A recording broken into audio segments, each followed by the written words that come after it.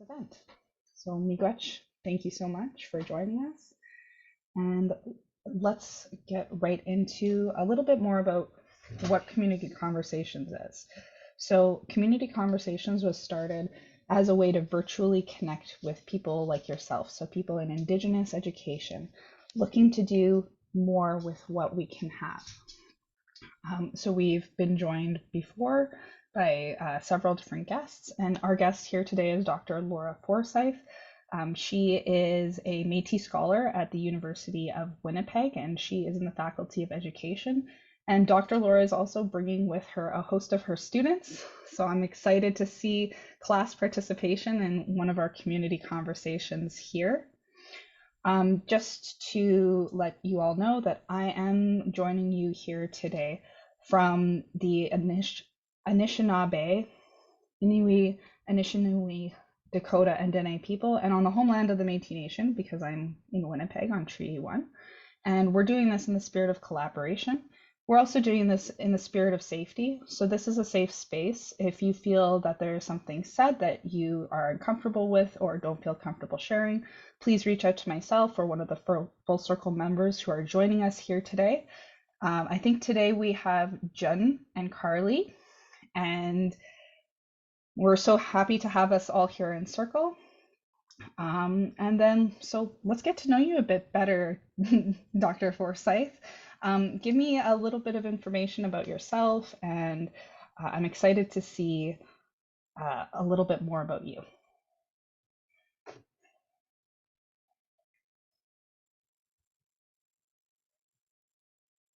Absolutely. Well, thank you so much for that land acknowledgement. But I always open up my spaces in Michif because I just think, like, let's bring the ancestors into the space and the language that they gifted us. So, dans la Michif de terrain de Nikinak et Gua, dans le Nishnabeg, le Cree, le Ojibwe, le Sioux, puis le Dene, Nishtan le Pi, le campus, the University de Winnipeg, Ashtiwa. As you mentioned, right, this is the territory where I live and work and study, but I also want to acknowledge that the power that's brought me to you is from Treaty 5 up here that you see here on the screen. And the water and my tea comes from Shoal Lake First Nation. And so I just want to bring our attention to the space that we are. I know that there's some folks that are here with us from way up in Treaty 5 territory. And also the Thompson region for the Manitoba Métis Federation. But you asked me about me, so I'll talk about me for a minute. Then I'm going to talk about a whole bunch of other people. That's what I'm going to do today. So Laura Forsythe, Dishnakasha. My name is Laura Forsythe. Ma famille, Kwayash, Roostertown, Oshtiwak. So my family a long time ago was from Roostertown. Anosh, ma famille, Winnipeg, Wikiwak. So today my family lives in Winnipeg. And my parentis, or my ancestors, are the Hoopies, the Wards, the Berards, the Morans, the Sears. Nia Almachik, so I'm Métis from the Red River Settlement, and I grew up here in the heart of the Métis homeland, as Tara's mentioned, like the generations of women before me. So my maternal great-grandmother, Nora Berard, walking down the street here looking stylish with no hat, was born in Roostertown on land known as Lot 31, owned by my ancestor Jean-Baptiste Berard, and my lineage includes Joseph Hoopy, who fought in the victory of Frog Plain. Others may know that because of colonial education as the massacre. And my maternal great-great-grandmother, the stylish woman in that, is Sarah Morant, and she came to Roostertown to marry Peter Berard. So my family has been in the Winnipeg region, in Manitoba, Métis Federation kind of language, since the inception of the Métis Nation in the early 1800s, with our women serving as equal contributors in the pursuit of nation building and the strength of our communities. So in keeping with the strong exemplars of women before me, I have taken on numerous roles within my government. Not only am I a citizen of the Manitoba Métis Federation, I'm also an elected official at the local level, having co-founded a local at the University of Manitoba to assert educational sovereignty for the staff and faculty and provide a voice for educated Métis people in both the university governance, but also within our own government. And so today I'm so excited to be brought to you by the Circle, who I've just watched grow into this beautiful entity, to talk about bringing Métis into our classrooms. And I'm going to tell you why. Now, we only have minutes. So it's not a very long time. So we're gonna hit some highlights. So some of you in the audience might already know the highlights that I'm going to share. But I am going to talk a little bit about my research with the grandmothers and the aunties, which you might not know. So it will be a treat for you as well. So let's talk a little bit about when we say Métis homeland, we don't just mean Winnipeg. We don't just mean right here at the Red River. We mean everywhere that Métis folks lived, traveled, and hunted buffalo at the time of the historic nation in the early 1800s. And so this is represented mostly by this blue blob that we see here before you. We have a new one we just got this weekend that's red. Regardless, that's kind of the place. And the census, the colonial government census, said that there were 224,650 individuals that reported being registered members of a Métis organization or settlement, and that actually registered members accounted for 1/3 of 624,220 people who identified as Métis on the 2021 census. Now, yes, we could argue, are they Métis, are they not Métis? Whatever the case, it's a different talk that they have a lot of other places. We're not having that conversation tonight. But what we are saying is, I'm going to tell you why we need to do this work, why we need to start talking about Métis people in our classrooms, in our schools, across our districts, and acknowledging the histories, but also the contemporaneous of Métis people, because we are everywhere. We are in all the classes. So let's talk about the current education climate that we're in, according to some of the grandmothers I had the privilege of speaking with. So from a Métis specific perspective, so not an umbrella, Indigenous umbrella perspective, but a Métis specific one, the colonial narrative around the Métis existence following the Battle of Batoche and the subsequent hanging of Louis Riel is one that the grandmothers and aunties have attempted to write in Canadian history, primarily due to having their existence challenged throughout the homeland. As scholar Rita Bouvier dedicated years to rewriting social studies curriculum and its approach to our histories. When our history is provided only in one paragraph as the history of a country, speaking metaphorically, that's just not satisfactory, right? That's full stop. Women have been doing this work for over 40 years, and I had the privilege of sitting with them and speaking with them about that. Now, the effectiveness of this attempted erasure is apparent in Emma LaRocque's words. When relating to the experiences of an academic conference in Ontario, I'm going to go right across the country with these statements, but in Ontario in the 1980s, she says, no one knew who the Métis were. I was flabbergasted. Academics didn't know who the Métis were, but they knew who Louis Riel was. But I swear that they thought everybody died with Riel and that we weren't here anymore. So according to the stories shared in most provinces that I gathered, the story of the Métis in a social studies curriculum stopped with the end of the resistance to Canada, and the Métis were left out of contemporary history, resulting in our erasure. Now, colonial education that does not include the Métis portrayals, like them as villains against the state, using terms such as rebellion to describe various instances of Métis resistance to colonial subjugation. Christy Belcourt recalls her educational history and connects it to her daughters, whose experience demonstrates the continuation of this false narrative regarding Métis history, which is taught throughout the country. She says, in my grade 5 class, I remember in a history book we were using, it said Louis Riel was a traitor. In the entire textbook of the Canadian history, there was only one page on First Nations and then half a page on Louis Riel, who was presented as a traitor. With lessons like these taught in Indigenous perspective sections of teacher education, it is not surprising that educators struggle when teaching about the Métis. I want you all in this room to commit to me that you will never do this activity in your class. No, don't do it. If it's in your teacher binder, throw it out right now. Do not have an exercise or conversation like this. If you wish to have this type of debate, aim your gaze at John A. Macdonald during the trial of Louis Riel, because despite the jurors pleading and crying on the stand, and many Canadians asking for his mercy, he demanded that Louis Riel was hung. That should be your conversation about who is who, and not about Louis Riel, who is our leader. Now, who are we? My gosh, who are we? Due to their colonial education, right? Most lack the knowledge and do not have the tools to basically to bring this content to our classrooms. They feel subconscious, they feel paralyzed by like, who are the Métis? Who are these people? Now, Christy revealed to me that some of the complex issues surrounding teachers' abilities. Do teachers really know anything about Métis people or Indigenous people as a whole under the umbrella? Most don't really, which is, and they don't understand Métis people. And they say, oh, Métis people are a mix of Europeans and First Nations. So, you know, Christy shared this with me. And I sat with that because I thought, how true is that? And if we don't have knowledge and we don't have, you know, the confidence to do this work, we just don't do it because it's hard work. It's really hard work. So let's briefly talk about who the Métis are. So this is the definition in the MMF Constitution, which is critical to exercising our rights to self-determination and self-government. And this, it reads in part, Métis means a person who self-identifies as Métis, is historic Métis Nation ancestry, is distinct from other Aboriginal peoples, and is accepted by the Métis Nation.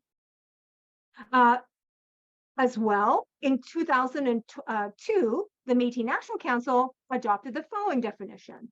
Métis means a person who self-identifies as Métis, that stands up and says, I am Métis, that I am distinct, that I do not carry a card, a status card or a treaty card from any other nation, that I am of the historic Métis Nation of that blue map I showed you, and that my nation, when I stood up and said that I was Métis, they said back to me, yes, you are, we accept you, right? So, and then they go into the breakdown of the semantics of what is the nation and what are they talking about? But basically, this is the definition that we follow in my nation. It says nothing about mixedness, and there's so many resources that talk about mixedness and identity, so I'm going to leave it there. Here's a story from all the way across the country, right? On the other side of the country, Janine Carrier, an incredible Métis scholar, who I'd love to talk about for the whole 45 minutes, teaches at the University of Victoria. And she echoed this sentiment, the same as Christy, the same as Emma, the same as all the other grandmothers I sat with. That she says that when I came to Vancouver Island close to 17 years ago, Métis was not exactly first on the list of the hit parade in terms of people, even knowing who we are, our history. We don't have a land base on Vancouver Island. She found that sentiment replicated in the academy, right? And so the grandmothers and aunties spoke about attempted erasure perpetrated by the colonial education system throughout the Métis homeland, Ontario, Manitoba, Saskatchewan, Alberta, British Columbia. It was regardless of geographic location, including here in Winnipeg. There is a prevailing ignorance of who the Métis are, which is why after decades of Métis scholars producing research, we're still struggling with this issue. So what are we going to do? What can we do collectively to lift up the voices of Métis women? That's my work, everyone. And what they've done already that exists for us to just use, ready to go, right? For years, what we've done is we've tried to teach non-Indigenous instructors to be Indigenous. It doesn't work. And especially when we do that work, we often exclude the Métis. We don't really speak about them. And as I've said, that results in folks just not moving forward, not knowing how to move forward, wanting to, of course, wanting to. How do you fit it in if you don't know how to do it? And so we need to move towards tools and highlighting the tools, not creating the tools, because the tools already exist, but I'm going to share them with you. So we need to build knowledge. We need to collaborate and honor Métis educators that already exist, and we need to include guest speakers who are Métis into our spaces. So let's talk about those three things. One, learning opportunities. For those of you that are here in Manitoba, you have learning opportunities that are with the Riel Institute, that they can come, they can train your entire staff. They can come to your classroom, you know, and they have like the power of their presentations. They bring artifacts. They have an incredible kits that you can have, right? It's awesome. So if you have the budget for that, I love that for you. It's sometimes people don't have the budget for that. So we're going to talk about that in a minute. But there's also, and I'm going to show them to you tonight, easy and accessible websites with bite-sized content, right? bite size. You could just take it and put it in your classrooms. Boom. Take it, watch it for 5 minutes, and learn something about the Métis. It's amazing. And then, of course, to build on this, institutions need to realize that there's a knowledge gap, right? Within our training, within the things that we've been working on, that there is this one piece. And I'll also give a shout out to the Inuit right now too, but there's these pieces that we haven't really shone our light on yet in terms of recognizing that our teachers and ourselves need to learn more about the Métis to be able to put them into all content, not just social studies, which I've talked about heavily tonight, but in all of our curriculum. Okay, so you're like, yeah, Laura, this sounds awesome. Where am I going to do this? Okay, you're going to write this down. The Rupert's Land Institute is amazing. They have so many resources, videos, teaching opportunities, like where you could go to PD days. They have their own lesson plans already created and developed, land-based skills. They have Métis languages stuff. They have Main Street K-12 right off the shelf, free for you to use resources. So that's definitely one you're going to check out and implement in your classrooms. We also have the Gabriel Dumont Institute. Long-standing, been there for a long time, doing awesome stuff. This week, they're doing like a whole Michif gathering in Saskatoon. Awesome. Harder to navigate. I'm not going to lie to you. It is an old website, but there are lesson plans on there. There's also primary documents on there. There's audios, there's pictures, right? There's a virtual museum where you can develop lesson plans where your students can just go in there and teach themselves something, jigsaw activities. Like there's some really cool stuff that can be done on this very simplistic website. I said that to you, it's very simplistic, but it has so much knowledge in there. It is incredible. You can just get lost in all the things that it can teach you, but it also has some lesson plans. So write that down. You're going to check out that website and fall in love. A newer one, these have been around for a while. A newer one that has come to the stage that was actually featured here in Winnipeg last year in the fall is Métis Memories of Residential School. So this piece here shares 24 impactful stories about what they claim is a neglected chapter of Canadian history. This project honors the unique experiences of Métis survivors and their families in colonial school systems and showcases authentic Métis community voices in an ethical and collaborative way. And it invites the viewers to engage in a deeper understanding of the injustices brought to all First Peoples in Canada. And so this was featured last year at the Human Rights Museum here in Winnipeg. But here is the actual kit and the resources available. So there is this puzzle, right? A poster kit. There's 2 books and has been created by all of these incredible folks that you see here and is available on their website, right? You can download a complete book, PDF form, done, have it. Or if you have a little funding, you can get the poster building kit. And it's really powerful to see little ones work with these stories. Each tile has a story on the back that they can read, engage in, and then place in its spot. Now, okay, what if you want to talk about anything other than residential school? What can you do? What kind of things are available, right? We have technologies in our classroom now. And so during the pandemic, the Manitoba Métis Federation, in cooperation and collaboration with the Riel Institute, all the women were so busy working over there to create incredible tools for all of our little ones that were at home. And so Red River Cart Adventures is where you join Teresa Byrne, one of the educators at the Riel Institute, and special guests. She reads engaging stories. She demonstrates activities. They make crafts that you can make from materials that you can find around in your house, certainly in your classroom. And you get to learn a Michif word of the day and different songs in each episode. Amazing archived resource. It's on their website. It's also on the MMF YouTube. They also have a cute little short that they created called Meet Up with Mason, where you follow the host, Mason, so Teresa's son, on a journey of discovery. And each episode offers a new learning experience for Mason and his viewers, who are little ones. And they has a fun guest in each episode, and they teach him everything from jigging to balloon animal making. There's all sorts of different things that are on that program. And then lastly, Shirley Delorme Russell, if you have not had a chance to meet them, I'm sad for that because she is incredible. She teaches Métis 101, 102, 103 for all of our post-secondary students who are Métis. She also used to be like, and she may still do teachings when Riel Institute would get, hired to come into your classroom, but is so incredibly dynamic. And so because of that, she's a TV star here. So she has Red River Cart Adventures, where she picks different history topics each week. Like 1 week was all about women, 1 week was all about education, 1 week was all about the streets of Winnipeg, and she fills you in on some interesting facts and details that you may not have known about this city before, and about the Métis before.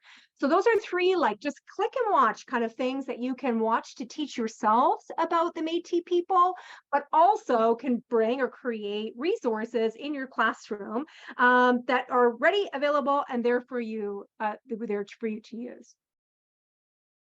Now, when we talk about inclusion, so for those of you that don't know, I used to be the Métis Inclusion Coordinator at the University of Manitoba. I have many years of thinking about how do we include ourselves in our histories and our ways of being linguistically, culturally, historically, and academically into educational spaces. And so one of those ways is like, if you don't feel comfortable to do that work yet, because you're still learning, is to bring folks into your spaces. So if you don't know anyone and you're like, I really want to bring in a guest speaker, and you don't know where to turn, I can certainly connect you. Like when I say these things, I genuinely mean it. Email me, tell me what you're hoping to have taught, and I will think of someone in community that will have that skill for you. Some places, especially in Winnipeg, you might have the Riel Institute come, but depending on your budget, they may be out of reach. Depending if it's a whole school thing, you probably have that kind of budget. But if it's come into my class, there might be a Métis citizen that I know, perhaps a Métis elder that will be able to fit the need that you're thinking of. So I'll share my email at the end.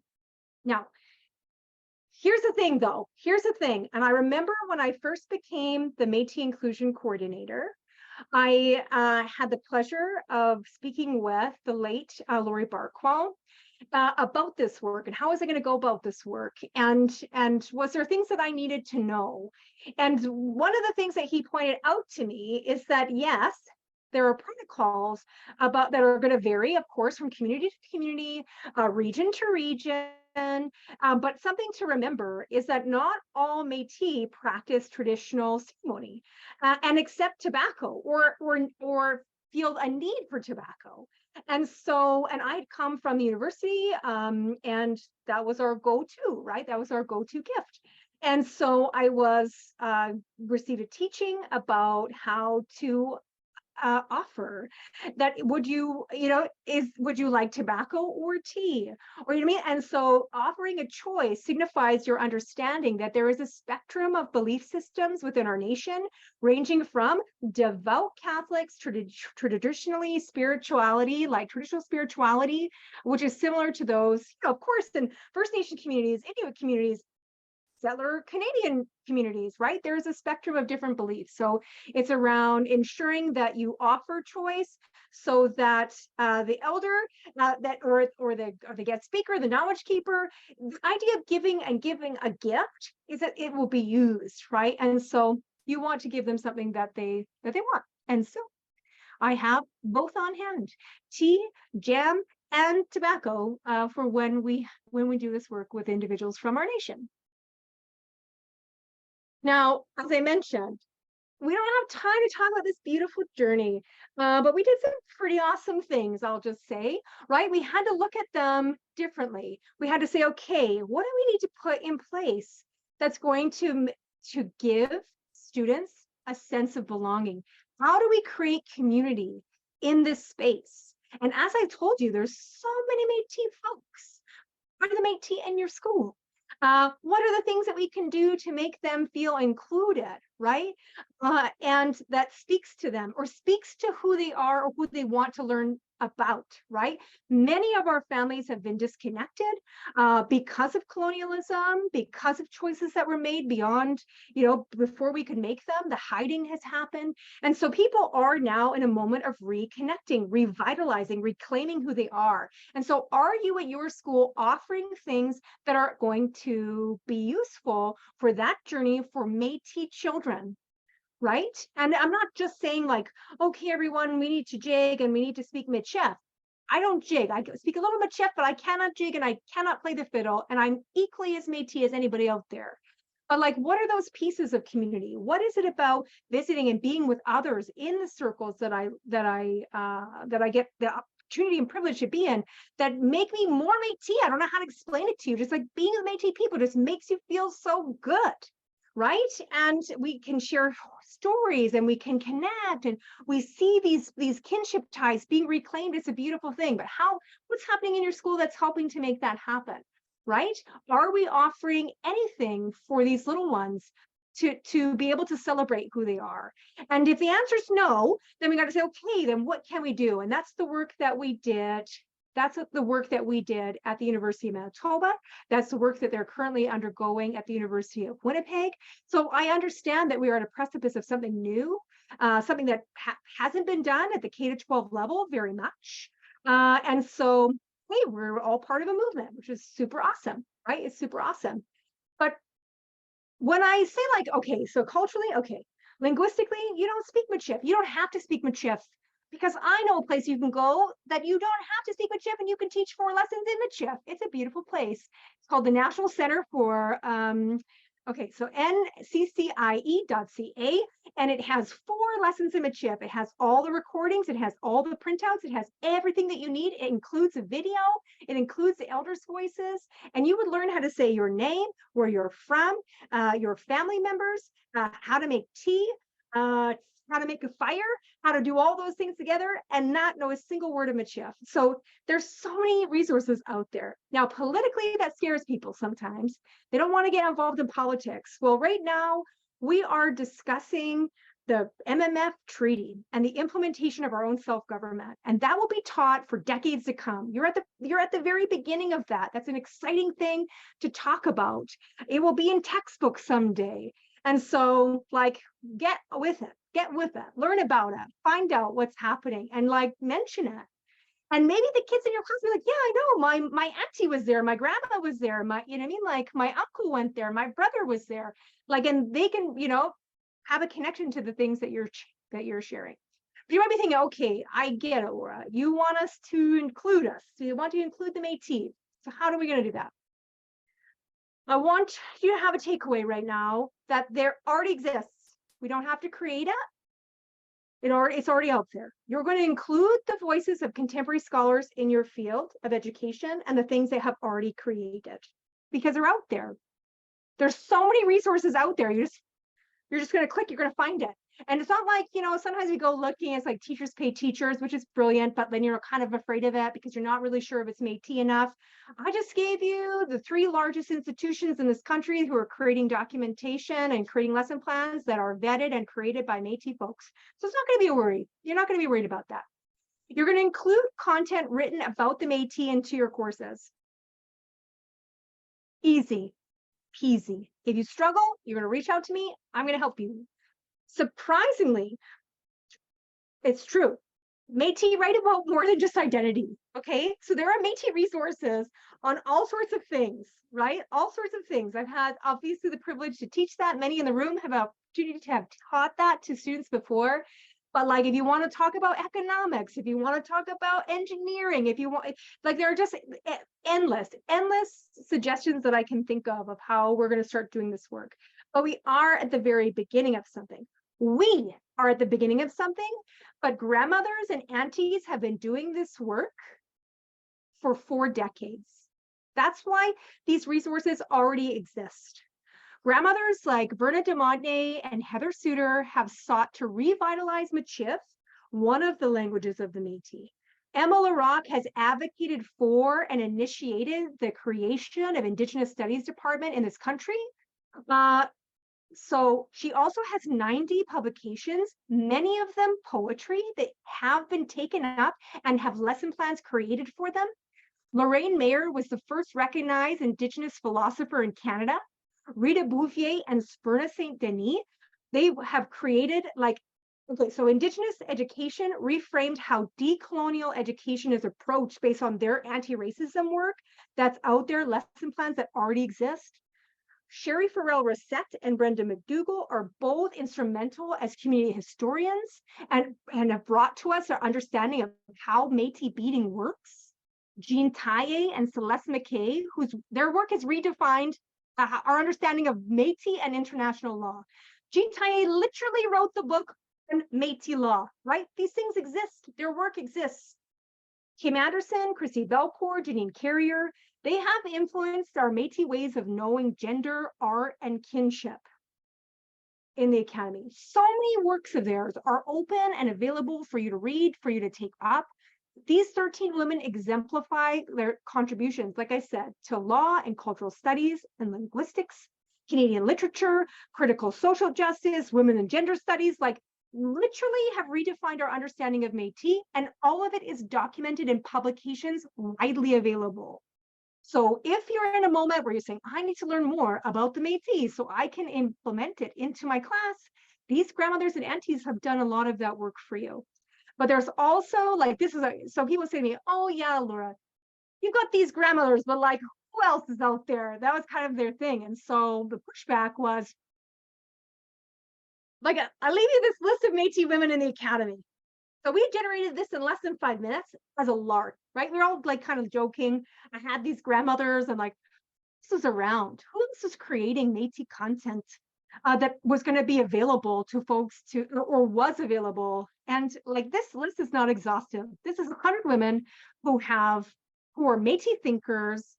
Some of them are in the space, and we need to lift up Métis women's work. We need to implement it into our lesson plans. We need to take the things that they have gifted the world for our understanding of Métisness and start to use it, right? And start to implement it to ensure that 50 years from now, we're not having the same conversation that both Christy had and her daughter had. Let's hope that her grandchildren have a different experience in our education system than this idea of mixedness and that we died with Riel when he was hung, right? I think these are important pieces to think about. Now, as I said, I have given you an open invitation to email me. It won't bother me. I will take the time to respond to you.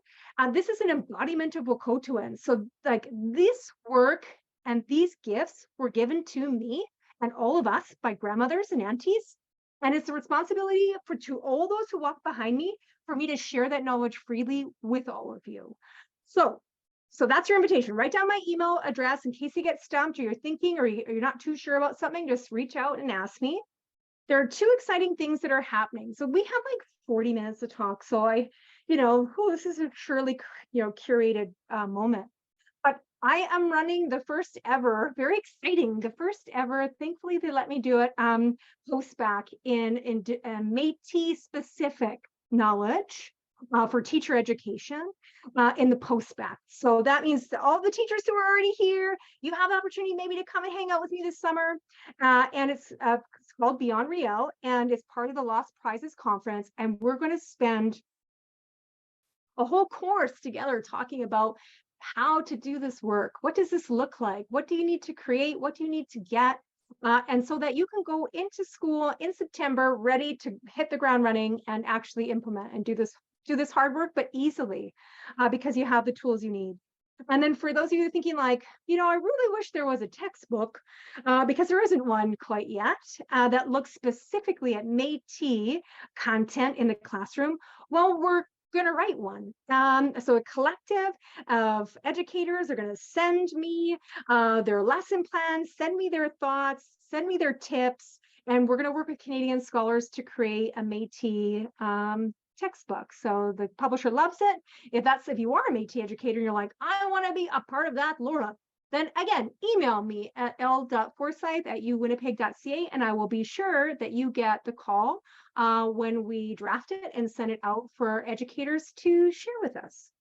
So I want to thank everyone for coming today and being interested. I hope that there is enough for you to take away and start doing this work, recognizing that we had such a short time together and we have to cut it even shorter so that you can ask a few questions before we leave this space. So with this, I will say Kichi Marci. So thank you so much for inviting me to talk about Métis people. It's my favorite thing to talk about. So I appreciate it. And I'll stop sharing now. Laura, thank you so much for your wisdom. It was so invigorating to hear you talk about it. And so many of the topics you touched on really reminded me of a lot of the journey I had. So I'm not an educator by trade, but hearing some of the things like, oh, there's only one page in an elementary school social studies book about this entire culture and beautiful people that just has been painted in one specific light, and how you're transitioning that from the very beginning and changing that into now a post-bac program where we can train and learn more about those people. The list that you put up of just 100 people was phenomenal, and it made my heart soar because I knew some of the names on that list, and I know just how much big anti-energy, big Métis anti-energy goes into that list, and how much work you've done. So this has been a life project for you and a passion project. I know you brought some of your students with us. So I guess, when did you know that this was going to be the direction that you wanted to take as an Yeah, educator, as like your role? When was like your pivot moment, so to speak? yeah, for sure. Yeah. So I was really privileged to be educated in a territory that's not my own. I was able to go to Simon Fraser University, which is and is the land of some very strong nations, right? So the Stolo, the Musqueam, the Tsleil-Waututh, right, and the Squamish, who have a very active voice on that campus, in that city. And so I have always been like a super volunteer, and I always want to be super engaged in stuff. And I dedicated many years of my life to lifting up their people and lifting up their stories. And interestingly, at my graduation feast, they invited the president at the time of the Métis Nation of British Columbia, Bruce Dumont, to that event. And I had never met him. And in that moment, I had realized that I had done 4 years of programming as a student executive that never included my own people. And that there wasn't a single course in my undergrad degree that was called First Nation Studies, my First Nation Studies degree in that territory, that we didn't have a single Métis course. And so we had no Métis inclusion. And so when I came home, and I was like, oh, I'm home and I'm at the University of Manitoba, I sat with that, and I was ashamed of that. I was ashamed that I had never used my voice or my skills to do anything for my own people. In deeper reflection, I realized that, that wasn't possible at that time, and I needed to be kind with myself and recognize that I only had power and control over what I could do for the future. So when I received the position of Métis Inclusion Coordinator on a part-time basis, like 10 hours a week, I was like, now's my chance, right? And I went full in. Like I was like, I'm all in. I'm all in. Now that's to say, so I spent, we had an incredible conference last year in 2022. Myself and 5 others are creating a Métis journal. Like we're doing these really big projects that address Métis specific stuff. Not necessarily on the side of our desk, but part of our desk. But the main thing that I teach is Indigenous education, so umbrella education, which has 1 week of Métis-ness, right? Like, and I'm Métis, so it's Métis kind of all the time, but in actual content, it's really, it's quite prescriptive. The same happens in the intro classes that I teach. So this is still happening even to myself, even though I'm like, yeah, let's do this. Like So, I mean, there's still work to be done in that regard, right? Like just the development of a Métis course in the Faculty of Education, it didn't exist before, right? And so that's really where we're at. So no matter who you are or how much you have done or have not done, like today's the moment that we're gonna go, okay, what am I gonna do in the future? What can I put my energies to in the future? So that we can like collectively do this incredible work that needs to be done for so many little ones that need to see themselves in our programming. Before I ask you my kind of next question or my next statement, I'm going to encourage anybody who has questions or comments, please drop it into the chat so that we can see your thoughts and your questions and comments. Laura, on Saturday, there was the U of W powwow for grads. I was there. My dad is one of the arena director helpers. And at the beginning, they were shouting out the nations. And so they go, oh, who's Cree? And there's this big shout. And there's this, who's Ojibwe? And there's an even bigger shout. And then they say, all right, where's our Métis Nation? And there's just this roar. And it was so inspiring to see all the scarves and all the students and the real celebration of bringing Métis inclusion into something like the powwow space and the graduation space, because that's just honoring the work that you get a chance to do, and to see that firsthand was really inspiring. So I was so excited when I was like, this is such a beautiful way of connecting with you and to see that work. So we did drop your email in the post as well. I know that we're going to be recording this session so that everybody can see some of the resources that you dropped. I know you've named some really big educational powerhouses, the Rupert Land Institute, Gabrielle, is it the Dumont Institute? Sorry. These are all really well, you said these are the leaders in Indigenous education and inclusion. Would you say that there is kind of, you said there's that fear of stepping into inviting inclusion. How would you say that outside of hosting conversations like we are today, where we're opening that door and we're creating that interest and that safe space to do that, is there a way that you see this moving forward in a good way? Yeah, I think that I dedicated my entire PhD to looking at the work of women that's happened before. And I think that we often think, oh, there's nothing out there. We've got to create it from scratch. And that's just simply not true. That's simply not true. So many educators have thought about this and have been creating. And it's, we need to lift it up and we need to use that. We need to like stop thinking, oh, this is just too hard. I always tell my students in that, we have to teach something. We create and we bring something.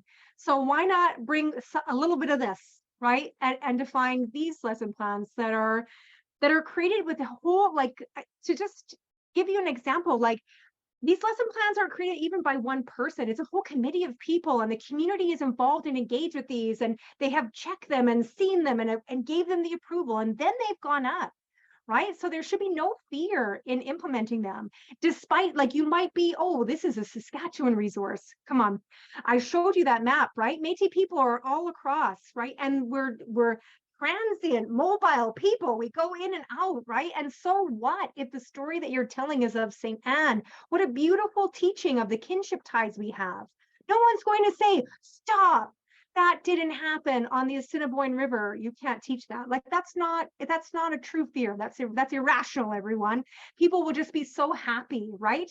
And they will be able to talk about, oh yes, we have an auntie that lives out in Edmonton, right? Like that is just the truth of that. That's the truth of that. So I think that, to I'm not saying that being afraid is not real. I'm just saying it's irrational. Don't be afraid.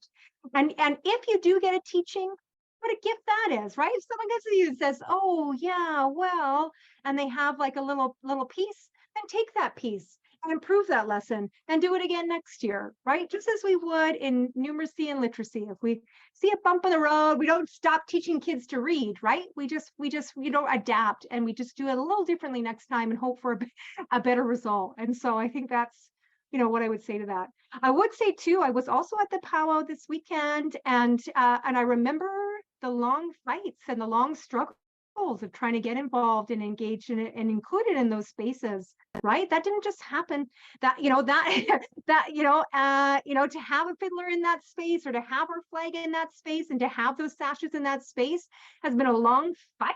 You know what I mean? Like, and Lorraine Mayer, actually, one of the things that she did and is the most proud of in her career is identifying at Brandon U that Métis students were not being included and were not being celebrated. And so she created a Métis celebration for all graduate students where they were gifted a sash, right, at the student center.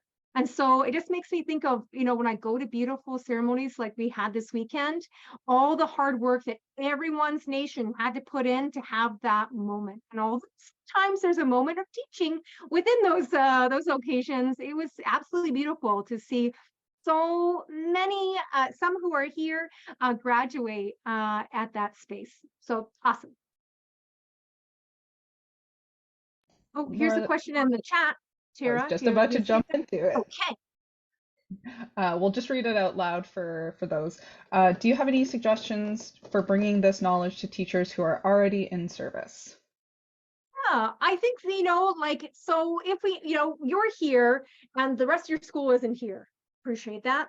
And so a great way to do this work is by sharing, right? Like I said, through Co-Twin, like this has been shared with me and I have to share it with others, right? Like that is, part of when grandmothers and aunties gift me knowledge, is that it's not for me to hoard and have the coolest class because we do so many awesome Métis things in it. But that I go, okay, here's a list of 4 or 5 resources that I found, and share it out, right? With those who are interested, around the water cooler, or maybe you have everyone's school is different. Maybe you have a school newsletter, or maybe there's some sort of email chain or something, or maybe you have your own social medias. Maybe you have a teacher, TikTok. I don't know your life story, but so share it out on these different places and spaces, right? I mean, the organizations will be thankful that they're getting used and they're getting spoken of. And then the learners in the space, what a gift. I often, when I teach Métis studies in Canada, and I teach it to Métis and non-Métis students, they're angry they don't already know this, right? They, when we get past this idea of shame of not knowing it and understanding that you don't know it because it was kept from you, so let's talk about that for a second. But after that point, and we start to talk about that this just wasn't included in your K-12 experience, right? There's a lot of anger there.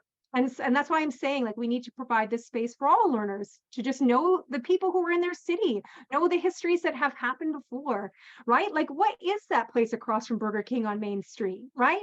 When you're driving by, why do they have a big event there with all the flags? What's happening there on that day, right? Those are conversations that we need to be having in our classrooms. When you drive by Grant Park Mall, what's happening there? What happened there before this moment, right? And so my students, they have an opportunity to create a lesson plan around Roostertown, and then they can go and to teach hundreds of students that over their careers. I mean, what a gift, right? To have the histories of my family.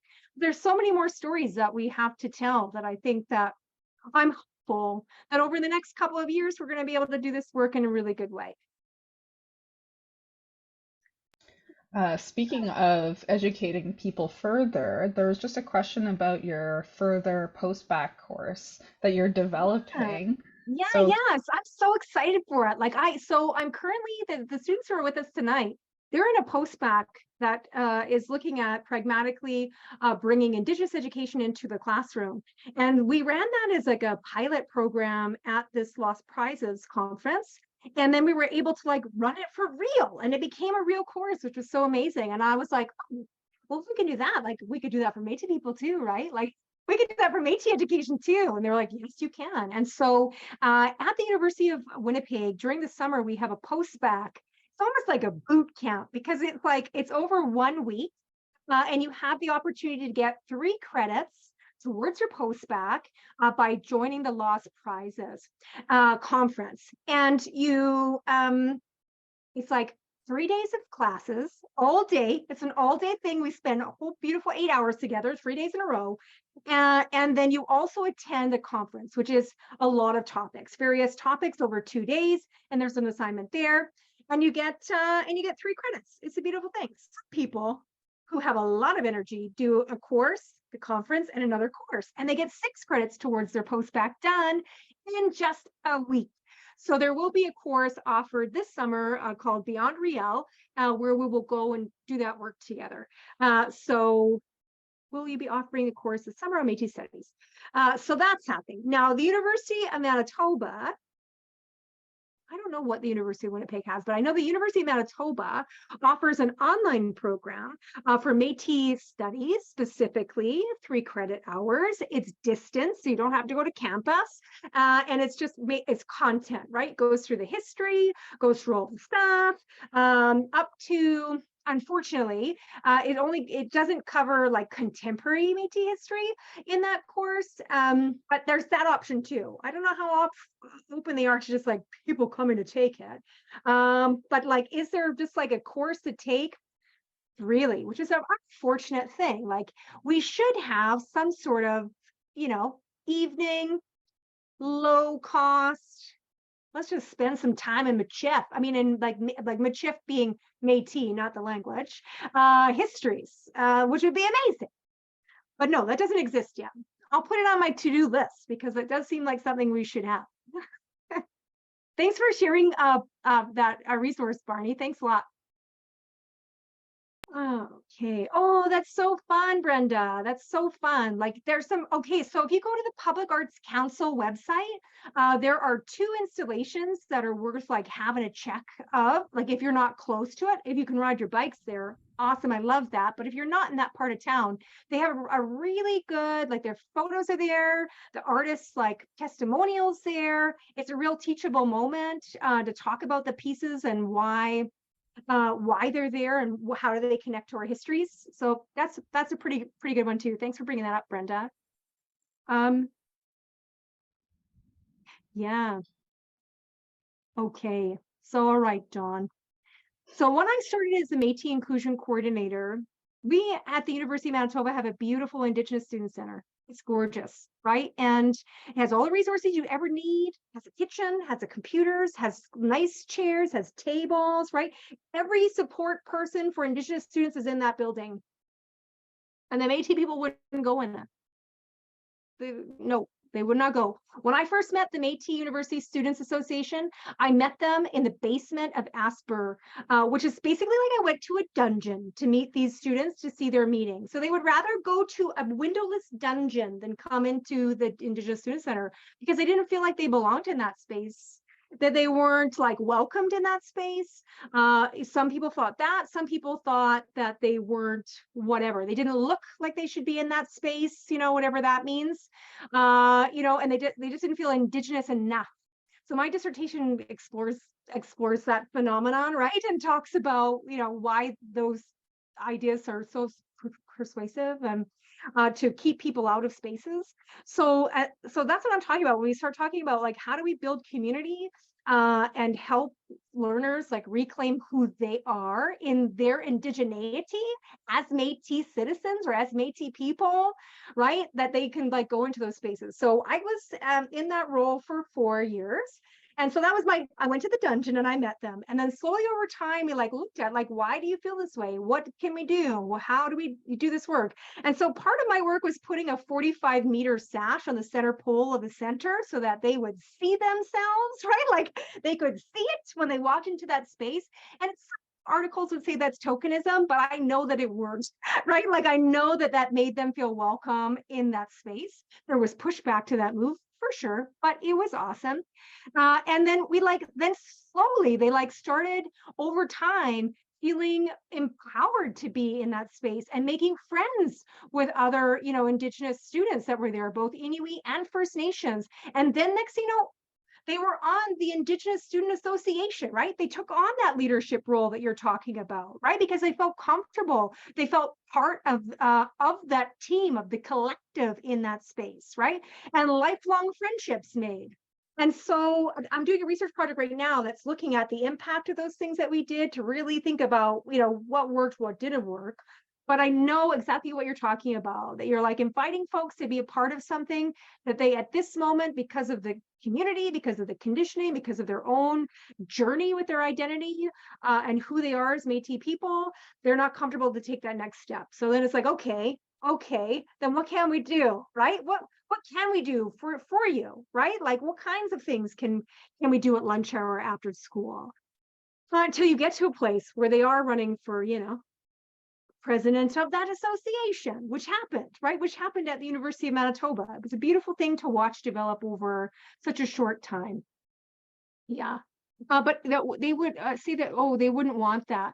I mean, that's the thing. I mean, we're at a place in time where elders will speak about their experiences of hiding, right? And for good reason. Like we forget, like when I talk about Roostertown in the 1960s, we forget how racist Winnipeg was and is. Right? We like our, because we're like proud of being Indigenous, and we're surround ourselves with people who are proud that we are Indigenous, and we lose sight of the fact that there are people out there that don't feel that way, right? And that, and so parents who want to protect their children and are kind of like, oh, like, come on, we don't say that, we don't do that, we don't associate with that. You know what I mean? Like, as a hiding mechanism, as a protection mechanism.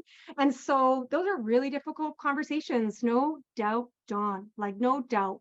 How do we combat that? Well, we start talking about how awesome Métis people are in our classes. I mean, honestly, and teaching their histories and talking about contemporary stuff, and like really engage students in like, this is pretty amazing. Not everyone gets to be Métis. A lot of people want to be Métis and they're not. I mean, that's another thing, right? So it's a pretty exclusive club that people want to get into, but we have to show little ones that that's a fact, I guess. So it's a long process. It's not an easy, like, hey, we can convince these parents to discount 150 years of being ignored and erased and persecuted for being Indigenous. It's a hard one. Thanks for bringing that one.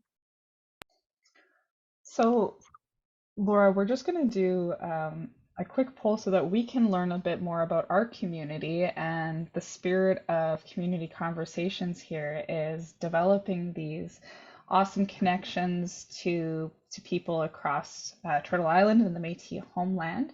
So we invite you to join quickly, and then we're going to go ahead and close things up with you for the evening. And I don't really want to finish this. I feel like we could talk for hours, and I feel like a lot of our viewers feel the same way. So I'm going to go ahead and launch that poll for those of us. It'll be really quick, and then we can close things off and do things in a good way.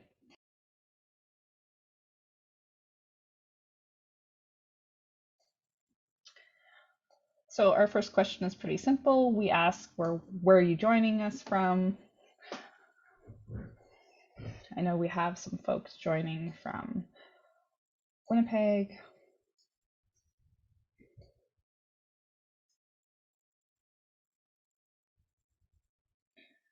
So while we do this here, Laura, I know some people are a little bit quicker on technology than others. So we're going to go ahead and just respect people's time here and just go ahead and start our closing.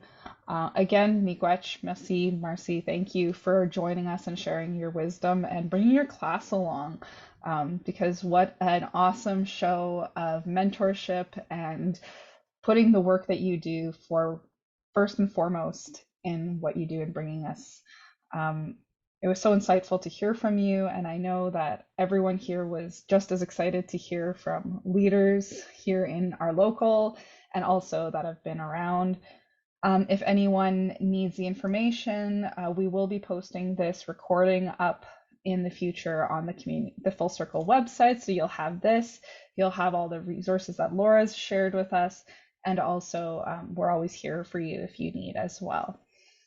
So for those of you who have finished and completed the poll, miigwech, merci, thank you.